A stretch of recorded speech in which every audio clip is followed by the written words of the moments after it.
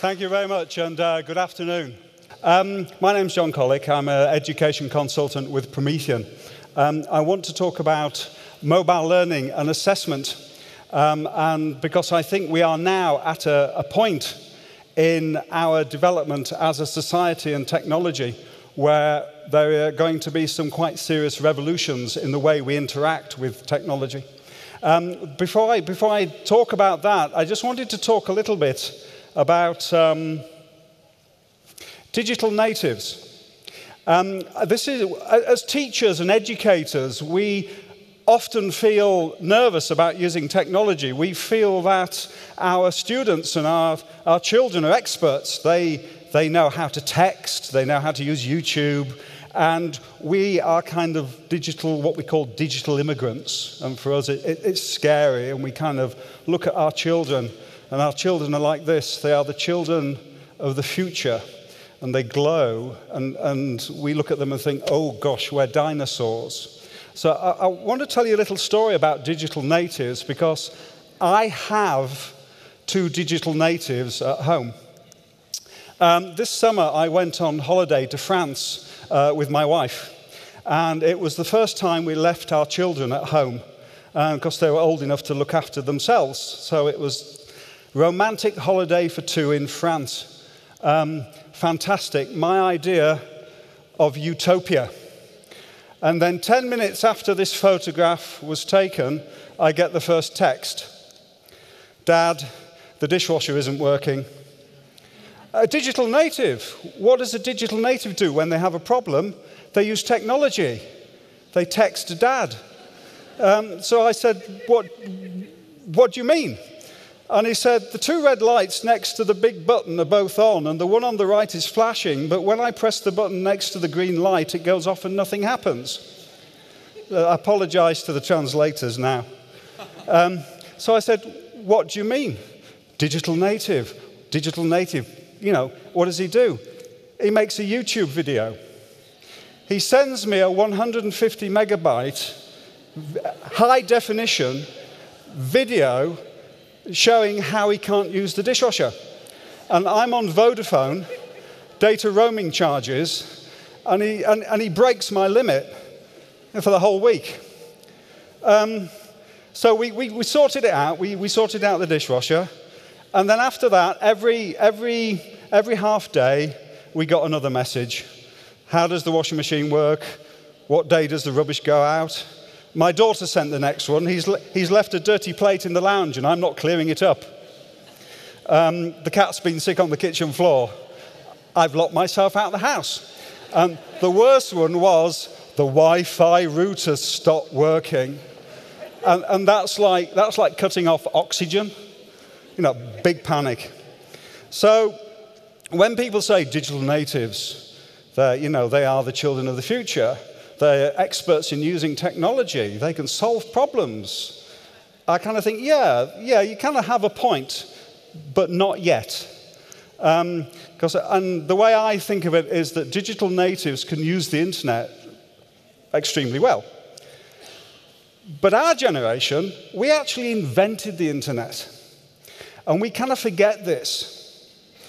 Because we feel in awe of digital natives, we feel that it's something we can't understand, but it's not true. We created the technology. So in reality, we should not feel a lack of confidence in using it effectively ourselves. So I just wanted to share that story with you because I had a very interesting summer holiday.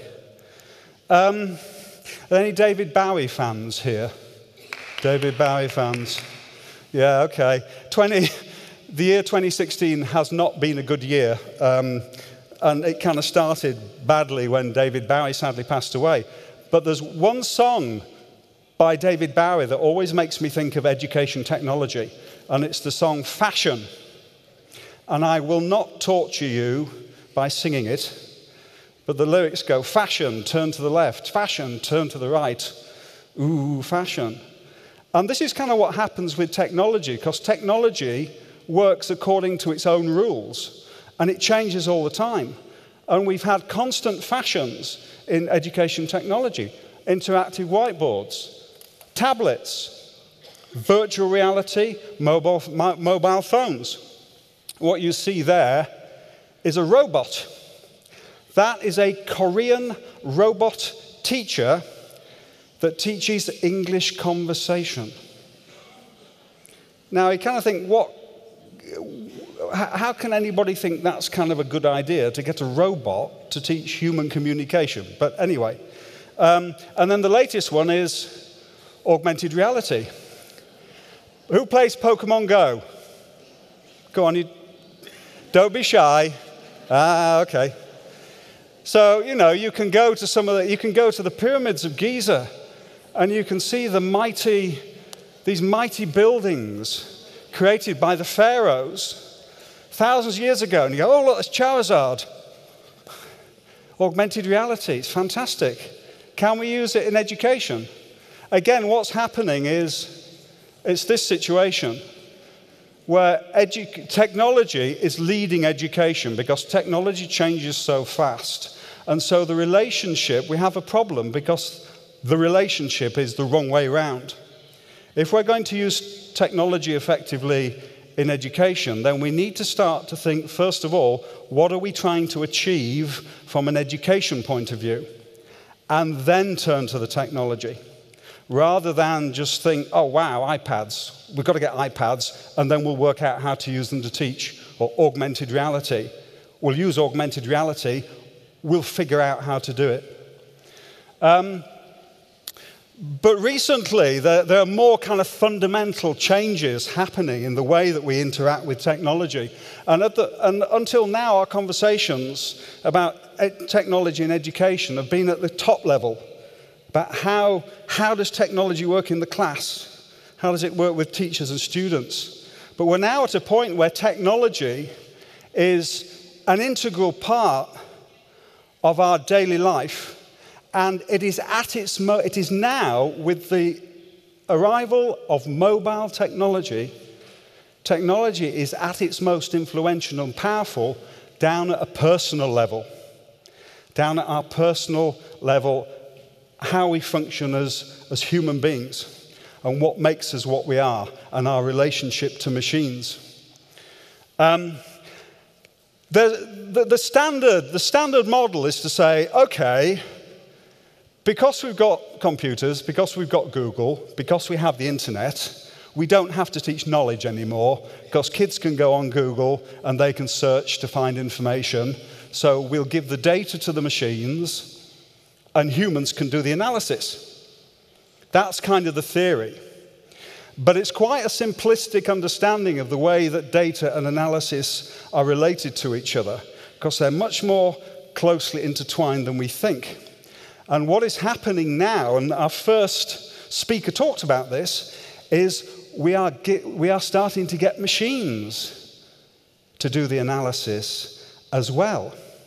And they are coming back into our lives and starting to change the way we live our lives under the influence of these intelligences.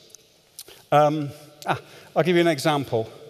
I don't know if any of you know a friend who is rich enough to have an Apple Watch, but one of the things the Apple Watch can do is it can measure your health. And, whoops, we've gone. There we go. My wife told me on holiday, she says, do you know your iPhone can measure how many steps you take? I said, no, really? Oh, yes, it does. It shows me how many steps I've taken today. And it says, you must take 10,000 steps a day to be healthy. So I think, oh, okay, right. So late at night, 10:30 or 11 o'clock, I'm getting ready for bed. And I check my phone, it says, you have taken 9,814 steps. So I say, oh no, oh okay. And my wife's saying, are you coming to bed, dear? And I'm going, no, I've got to get 10,000 steps. And then I stopped and thought, my personal life, my health is now being controlled by a machine. And this is, if you start to think about it, this is getting a little bit worrying. There's a very interesting book called The Rise of the Robots, about how machines and artificial intelligence will take over. And Stephen Hawking talks about the concept of the singularity. And the singularity is the point at which we will create an artificial intelligence that is as smart as or smarter than a human being. And this may happen sooner than we think. And this will have implications for society that we haven't even started to think about. The other thing also, when we're dealing with education technology, and this is one of the reasons I think that education and technology often don't work together, is that we forget that information technology's interaction with society and the individual is fundamentally anarchic. It's anarchy. It doesn't follow logic. It just happens randomly. I'll give you, and it's very difficult to control. I'll give you a good example of this. Anybody here remember MySpace? Yeah, MySpace. About 10 years ago, my kids were into MySpace. It was a social network. And the teachers said, what a good idea if all the teachers went on MySpace. And we'll communicate with our students, and they can ask us questions, and we will give them homework. And the kids were on MySpace and go, my teacher's on MySpace. Why is my teacher on MySpace? It's like panic. So all the kids went to Bebo. So the kids went from MySpace to Bebo, and all the teachers went, where'd they go? Where'd they gone? They've gone to Bebo. Okay, we will go to Bebo. And we will send messages to our students, and they can ask us questions, and we will give them homework. And the kids went, the teachers are on Bebo. So they went to Facebook. So all the kids went to Facebook. And then the teachers went on to Facebook. And then everybody went on Facebook. Mum, Dad, Grandma is on Facebook. And of course, now the kids are clever. You know, it's chaos, it's anarchy. What the kids do is they say, right, okay, we will separate. Some of us will go on Pinterest, some of us will go on Tinder, some of us will go on WhatsApp, and they scattered. And the teacher's going, where'd they go, where'd they go, where'd they go? And it's a perfect example of how difficult it is to control interaction with technology. But what is happening now with mobile technology is that it's becoming intensely personal.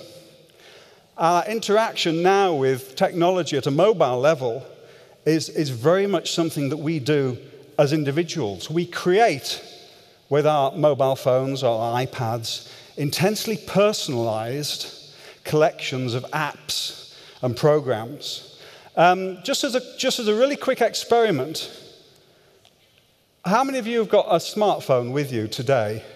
If you've got a smartphone, yeah? What I'd like you to do, if you're sitting next to somebody who also has a smartphone, I'd like you to just open your home page. Okay, so just open your home page and look at the apps that you have. And I would like you to look at the apps that your neighbor has. And if you have exactly the same apps in exactly the same location, put your hand up.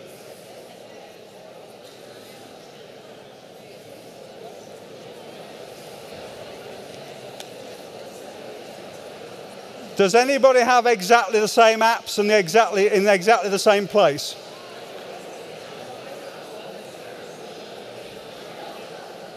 That's a relief. That's good. That's good. That's good. Fun?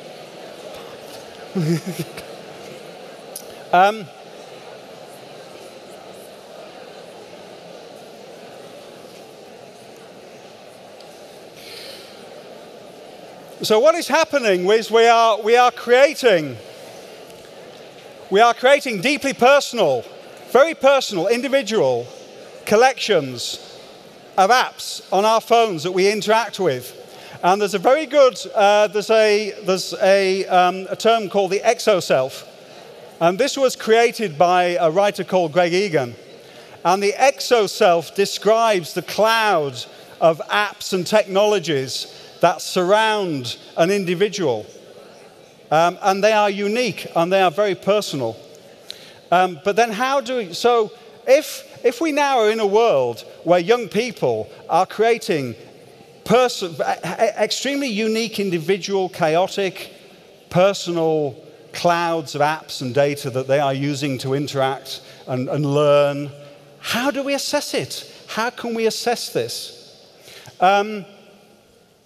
Big systems don't work, and we are approaching a situation now where standardized testing is starting to fail. In England, we have a national day once a year in August, National Girls Jumping in the Air Day.